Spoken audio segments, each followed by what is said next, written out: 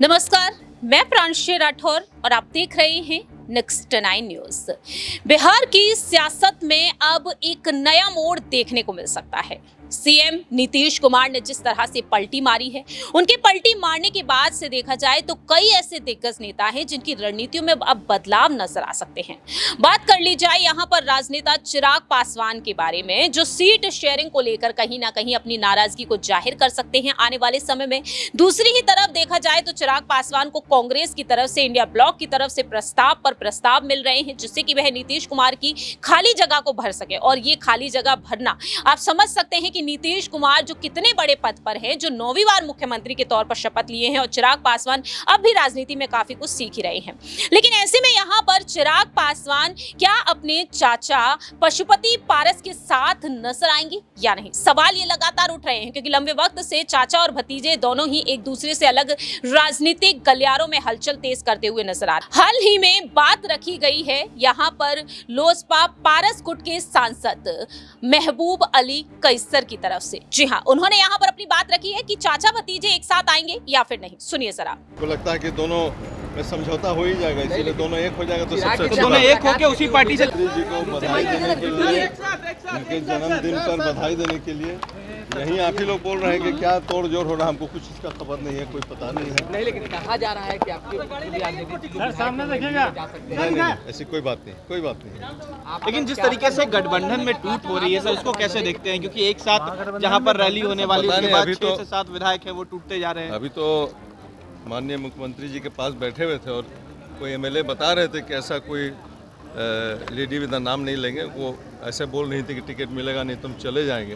तो बोले हमको कोई सूचना, जब उनको सूचना नहीं है तो हमको कैसे हो सकता है? लेकिन आपकी पार्टी को लेकर ही बातें सामने आती है कि आप जो है वो गठबंधन बदल सकते हैं, कहीं और जा सकते हैं, आरजेडी के साथ जा सकते हैं। हम तो शुरू से जो मेरा स्टैंड रहा है, जिस पार्टी से जीत के आए उसी में 10 साल से हैं और उसी में है, उसी में रहेंगे और उसी से टिकट मिलेगा। पारस जी के साथ हैं अभी, पारस जी के साथ हैं और को लगता है कि दोनों में समझौता हो ही जाएगा, इसीलिए दोनों एक हो जाएगा तो सबसे अच्छी दोनों बात है। एक होकर उसी पार्टी से चुनाव लड़ेंगे। लगा रखी है चिराग पासवान से, चिराग जी से तो हम मिले ही थे, हम अक्सर 2-3-4 बार मिले हुए हैं। उम्मीदें हैं उनसे। हमको मेरा जिससे संबंध रहता है वो पॉलिटिकल अगर थोड़ा दूरी बन भी जाए तो हम सबसे संबंध हमेशा बना के रखते हैं। आप लोग देखे होंगे कि ईद में, बकरीद में मुकेश सहनी जिससे हम चुनाव लड़े, मेरा बेटा भी उनसे चुनाव लड़ा, वो भी मेरे यहाँ 2-2 बार 3-3 बार आए, ईद में भी आए, बकरीद में भी आए। उसी तरह से चिराग पासवान जी भी आए, सब लोग आए, पारस जी भी आए। कितनी उम्मीद है 40 सीटों में इस बार एनडीए गठबंधन कितनी सीटें जीतेगी? अब देखिए, आंकड़ा लगाना बहुत मुश्किल है, लेकिन पिछले बार 39 था, इस बार भी उससे कम तो नहीं होना चाहिए, बढ़ सकता है। चिराग पासवान ने कहा है धोखा देने वाले को टिकट नहीं देंगे, तो आप फिर जो प्रयास में लगे हैं तो फिर विफल होगा। नहीं, हम लोग कोई धोखा नहीं दिए, हम लोग कोई प्रिंसिपल पर अलग हुए थे और उसके बाद 10 बार मिल चुके हैं, ऐसी कोई बात नहीं। आप लोग कोशिश कर रहे हैं चाचा भतीजा एक हो जाए?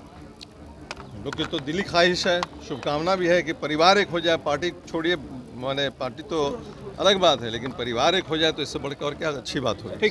सुना आपने किस तरह से यहाँ पर महबूब अली कैसर ने अपनी बात रखी। सवाल यहाँ पर दिनेश से लेना चाहेंगे। दिनेश, कैसे देख रहे हैं जिस तरह से महबूब अली कैसर कह रहे हैं कि अब चाचा भतीजे एकजुट हो जाते हैं तो काफी अच्छा रहेगा, 40 की 40 लोकसभा सीटें हमारे पास ही बनी रहेंगी?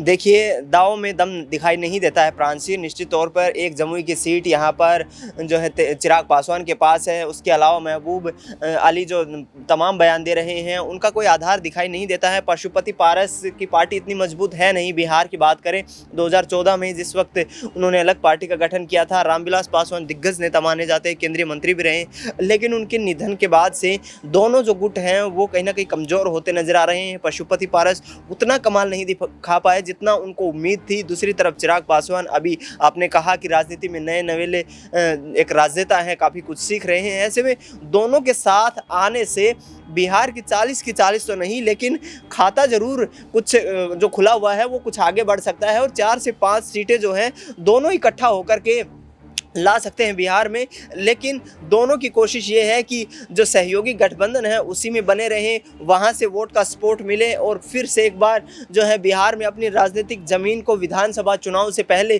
थोड़ी बहुत जितनी भी मजबूत की जा सके, क्योंकि पहले आपको बिहार विधानसभा में जो है प्रचंड जीत हासिल करनी पड़ेगी, उसके बाद इतने बड़े इलाके में संसदीय क्षेत्रों में आपकी पहचान बन पाएगी। तो इन दावों में दम नहीं लगता है, लेकिन फिर भी महबूब अली जो कि कैबिनेट मंत्री रह चुके हैं बिहार सरकार में, वो देखना होगा कि वो जो दावे कर रहे हैं क्या उनके दावों में सच्चाई नजर आती है और क्या पशुपति पारस और जो चिराग पासवान है एक साथ मिलकर के फिर से एकजुट होकर के चुनाव लड़ पाते हैं। लेकिन यहाँ पर दिनेश जिस तरीके से एक पहल की गई है, क्या वाकई में अब चिराग पासवान के लिए जो पहल अब लोजपा की तरफ से कर दी गई है, पारस गुट की तरफ से कर दी गई है, क्या अब आने वाले वक्त में कुछ शर्तें रखी जाती है मंजूर करके चिराग पासवान वाकई में साथ में आना चाहेंगे लोकसभा चुनाव के लिए? देखिए, दोनों पार्टियों के पास खुला मैदान है, अलग पार्टियां हैं, चाहे तो 40 की 40 लोकसभा सीटों पर चुनाव लड़ सकती है, गठबंधन भी करते हैं, कोई मुश्किलें नहीं आने वाली हैं क्योंकि सीट शेयरिंग जैसा कोई बड़ा मसला इन दोनों के सामने है नहीं।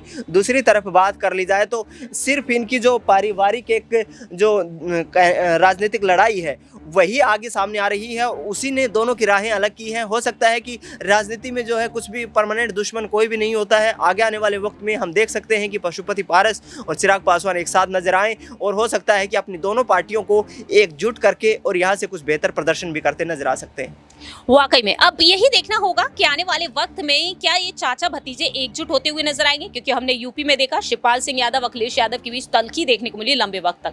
पहले नेताजी थे, मुलायम सिंह यादव थे, वह बार बार यहाँ पर दोनों को एकजुट करने की कोशिश करते रहे, लेकिन जब वह इस दुनिया को छोड़कर चले गए तो उनकी बहू डिंपल यादव ने पार्टी की कमान को संभाला, परिवार को बखूबी संभाला और आज दोनों साथ में मिलकर चुनाव लड़ रहे हैं। लेकिन आज रामविलास जी जो हमारे बीच नहीं है, उनके चले जाने के बाद चिराग पासवान पार्टी को बखूबी संभाले, लेकिन देखना यही होगा कि वाकई में अब दोनों ही एकजुट होकर ये चुनाव लड़ेंगे या फिर नहीं। आपकी इस पर क्या कुछ राय प्रतिक्रिया है, कमेंट सेक्शन में बता सकते हैं। फिलहाल के लिए हम चलते हैं, बाकी की तमाम अपडेट्स के लिए देखते रहिए नेक्स्ट 9 न्यूज़।